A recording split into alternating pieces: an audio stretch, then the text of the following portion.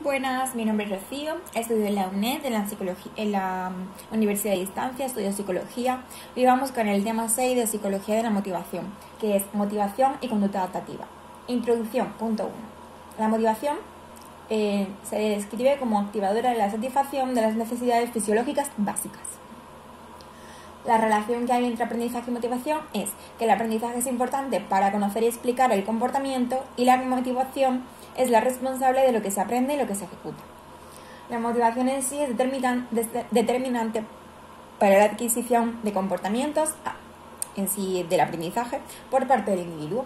Punto 2. Explicación de la motivación desde la biología. Se ha estudiado con animales en busca de mecanismos subyacentes de los motivos que llevan a actuar a una forma determinada o a saciar una necesidad. Nos ha ayudado a conocer la conducta aprendida. Fases de evolucionismo. El fijismo en este caso. El hombre es de naturaleza distinta por poseer alma. La perfección de la naturaleza es como la existencia de un dios. Y en esta hay dos principales teorías evolucionistas, la de Lamarck y la de Darwin. En principio vamos a ver la de Lamarck, que es la herencia de los caracteres adquiridos, que dice que los factores ecológicos y genéticos eran los determinantes de la evolución. Su teoría es de una sola escala biológica. El principio de perfección en principio es como un impulso innato. Los cambios en el entorno provocan una modificación en las necesidades y la estructura. Las necesidades hacen que los organismos se esfuercen por adaptarse a su ambiente. Se usa el principio de uso y desuso. Y se habla mucho de la herencia de los caracteres adquiridos. Y en el otro caso es la selección natural de Darwin, que habla de la teoría mecanicista, que habla de dos aspectos, que existe una continuidad en las formas de vida y para vivir es necesaria la adaptación al medio. La evolución se explica por la aparición de individuos más capacitados. Darwin en este caso considera al hombre como una especie animal más. Las variaciones en los animales surgían espontáneamente, sin causa conocida, y su obra era el origen de las especies. Los principios de su teoría, resumidos, son que la vida es adaptación y lucha por la supervivencia, las necesidades les empujan a estar motivados para satisfacerlas, y que la selección natural dice que los más dotados y mejor adaptados están seleccionados de forma natural. El comportamiento instintivo es fundamentalmente no aprendido y automático. Son impulsos a la acción determinados genéticamente. La motivación pasa a ocupar un lugar central como pulsión. Las teorías evolucionistas en la actualidad. La selección natural puede tener efectos radicales incluso a corto plazo. Pasa a considerarse un cambio gradual, lento y constante, a explicarse por cambios bruscos y rápidos a través del estudio de fósiles. Darwin recurriría al aislamiento geográfico. No aislamiento. Adquieren por evolución diversas señales para reconocer a la pareja adecuada, por ejemplo. Algunas conductas motivadas podrían estar genéticamente determinadas. Enfoque etológico. ¿Qué es la etología? Primero, ¿no? Es la parte de la biología que estudia el comportamiento animal. Es para distinguir entre conductas innatas y adquiridas en el aprendizaje. Conrad Zacharias Lorenz prefiere hablar del origen del patrón, que es la adaptación al medio. Está la adaptación filogenética y la ontogenia individual. La adaptación filogenética son cambios de una especie a lo largo de su vida, que es la maduración. Y la ontogenia individual son los cambios de un organismo a lo largo de su vida, que es el aprendizaje. Bien, el patrón de acción modal. Instinto de biología. ¿Qué es eso? Pues es una pauta heredada común a una especie y con una finalidad adaptativa. ¿Y qué es el desequilibrio homeostático? Que también habla este patrón de él. Pues que activa los mecanismos motivacionales y provocan la conducta instintiva. El patrón de acción modal hace hincapié en los aspectos modificables de la conducta. Ahora vamos a ver las características de este patrón modal. Está presente en todos los miembros de la especie. Una vez que se desencadena, se realiza toda la conducta. Tiene un comportamiento estereotipado. El nivel mínimo de estilación para provocar la actividad varía en función de las circunstancias. El mismo estímulo produce efectos diferentes dependiendo del estado fisiológico del animal y se compone de 3 elementos. Los 3 elementos del patrón modal. Ha entrado en examen. Pregunta importante. Hablamos del estímulo índice. Pregunta esa. Es muy específico ya que constituye una pequeña parte del entorno y es el que desencadena la respuesta. El animal está programado genéticamente para responder ante él ignorando el resto de la situación, lo que posibilita dar la respuesta muy rápidamente. Los estímulos índice han desarrollado dispositivos especiales de recepción. Son los mecanismos desencadenadores innatos o sustrato fisiológico del patrón de acción modal. Hasta aquí, más o menos. La respuesta observable, provocada por la estimulación del mecanismo desencadenador innato, es una respuesta consumatoria y puede evaluar con la experiencia. A medida que se acumula la energía, luego se libera. Las acciones en vacío ejecutan el comportamiento de la presencia de un estímulo, que es la acumulación de energía excesiva. Lorenz y Tinbergen demuestran que las adaptaciones filogenéticas determinan el comportamiento de los animales y también en el hombre. El troquelado. Impronta o troquelado. Es el seguimiento a la figura que se produce al nacer, que se percibe al nacer.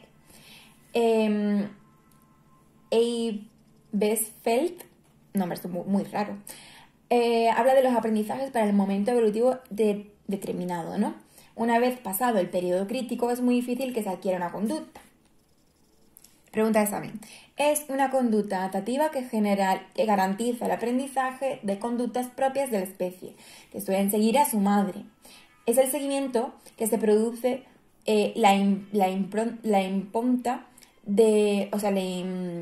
como la impronta de otros modelos futuros de comportamiento.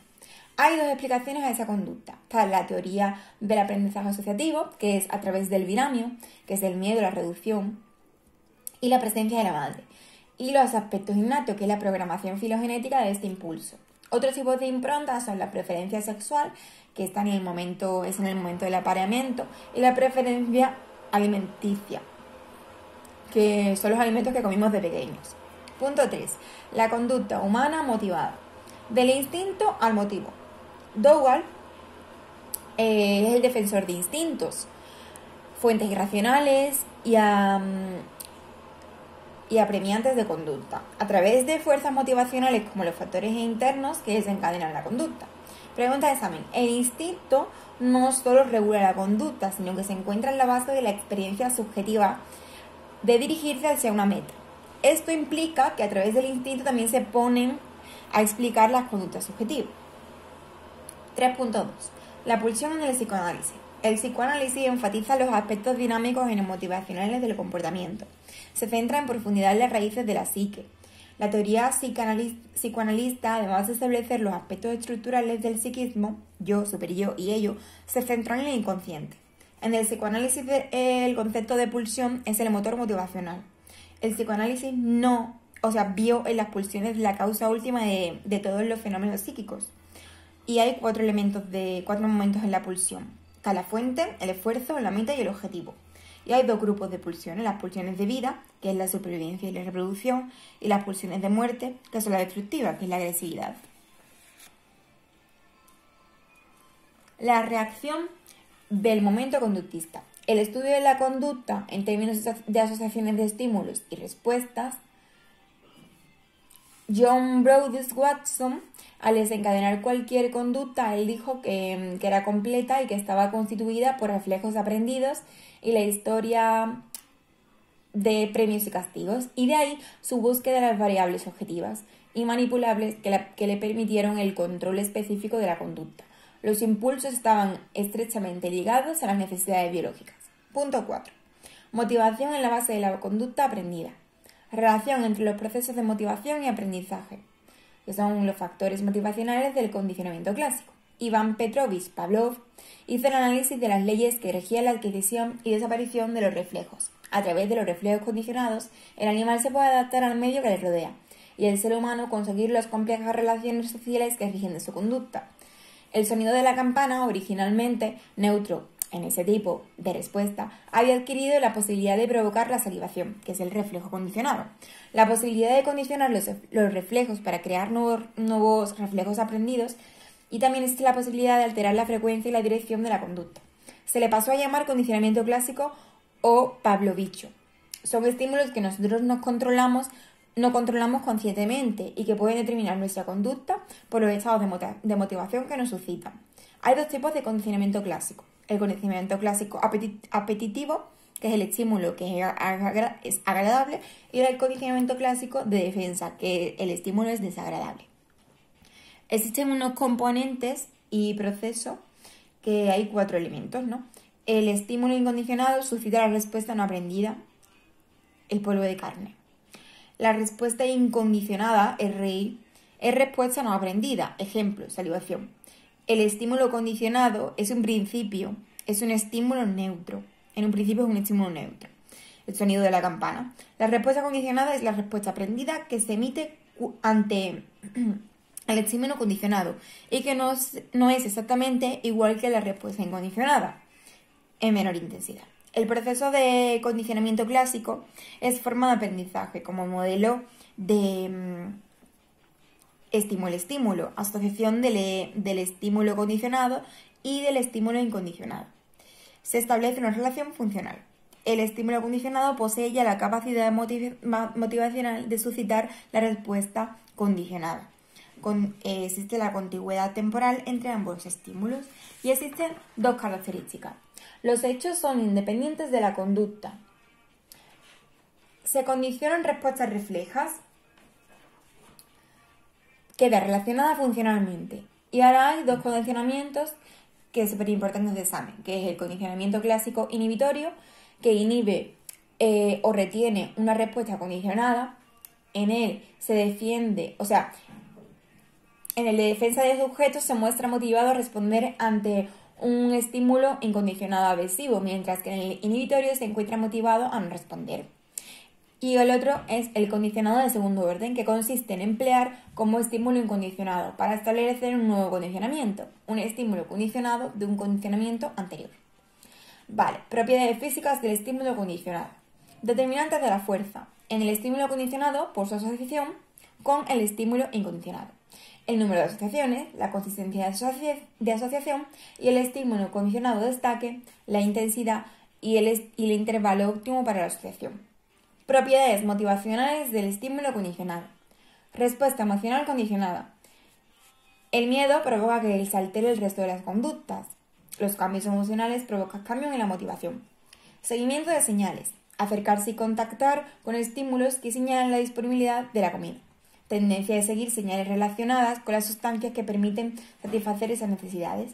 Condicionamiento de aversión al sabor. Se asocia al malestar con la solución dulce.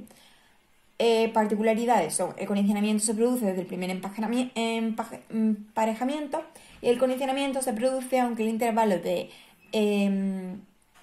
estímulo incondicionado y estímulo condicionado sea muy largo. La motivación en el modelo estímulo-respuesta. Edward Lee Thorndike o como sea como se adapta la mente de un organismo a las exigencias de su ambiente, es decir, motivación y aprendizaje a través del estudio del hombre. Y aparece aquí la caja problema. ¿Qué es esto? Pues apagando gradualmente los impulsos que nos condicionan al éxito. Este hombre utilizó el término impulso a la vez de motivo más necesidad.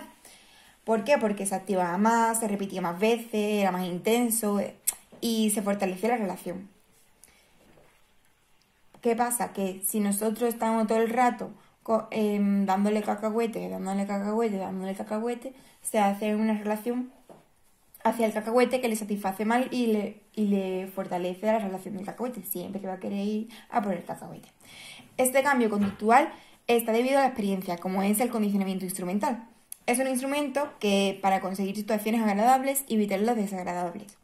Existe la asociación entre el estímulo y respuesta que se acababa de establecer la teoría de estímulo-respuesta. La ley del efecto. Las consecuencias que tenga una conducta lleva a la determinación su repetición de tal forma que si esas consecuencias son agradables, la conducta aumenta y si son desagradables, disminuye. El impulso tiene 3 funciones: que energiza la conducta, que orienta hacia el objetivo y que selecciona las respuestas que conducen al éxito. Skinner es el conductista radical, dice que el sujeto opera en el ambiente. Es una asociación entre la respuesta y el reforzador. Es la ley del refuerzo, ya que considera los aspectos exclusivamente observables, como son los estímulos y las respuestas.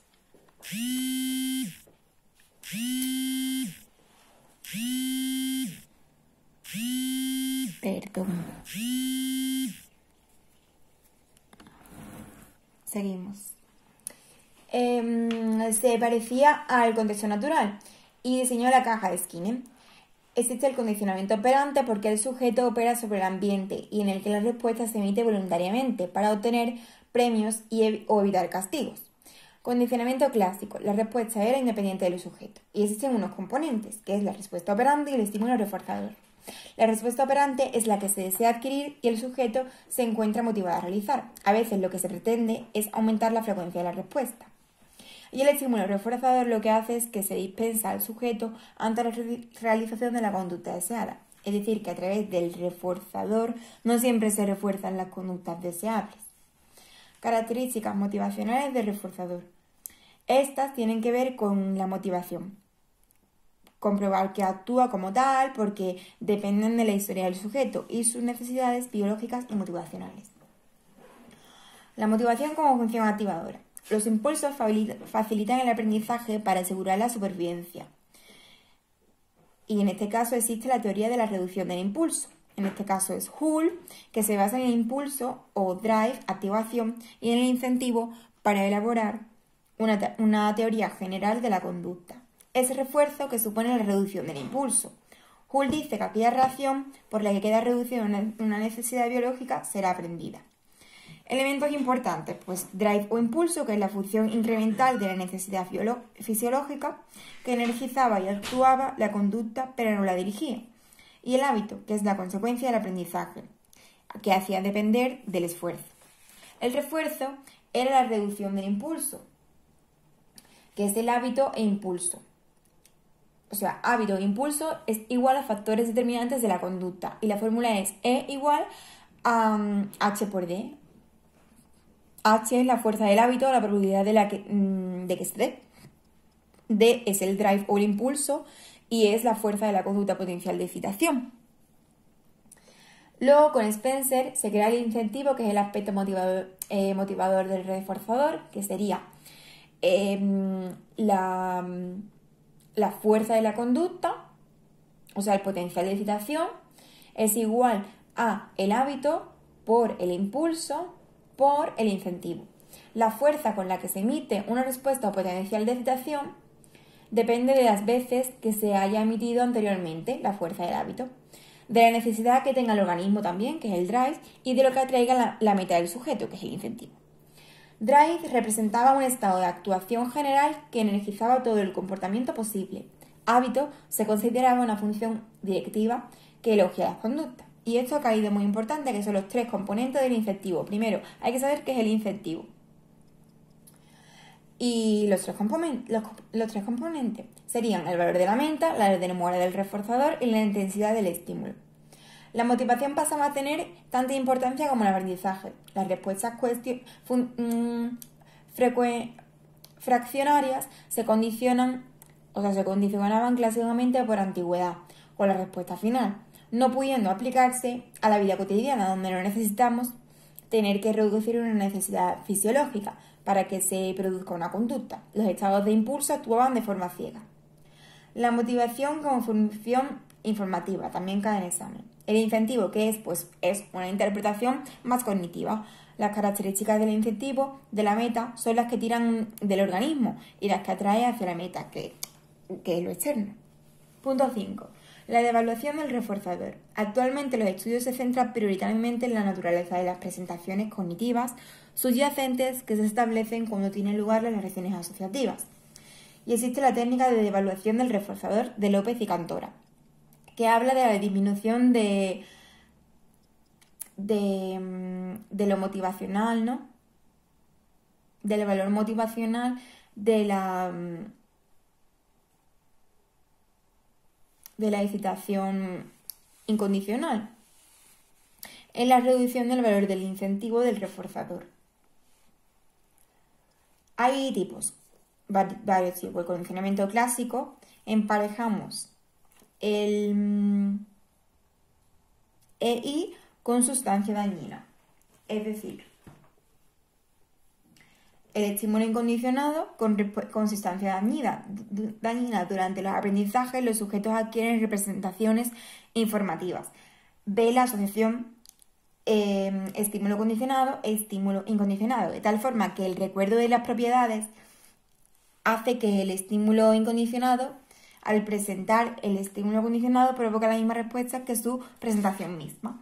Y nos vamos con el condicionamiento operante, que se asocia al reforzador de una sustancia dañina. El estado motivacional influye a través del conocimiento de las propiedades del incentivo y codifican ciertos aspectos de la reformación sensorial del reforzador. Es decir, la conducta más automatizada es menos sensible a los cambios del incentivo. Y hasta aquí el tema 6, que es una barbaridad de locura y de conceptos.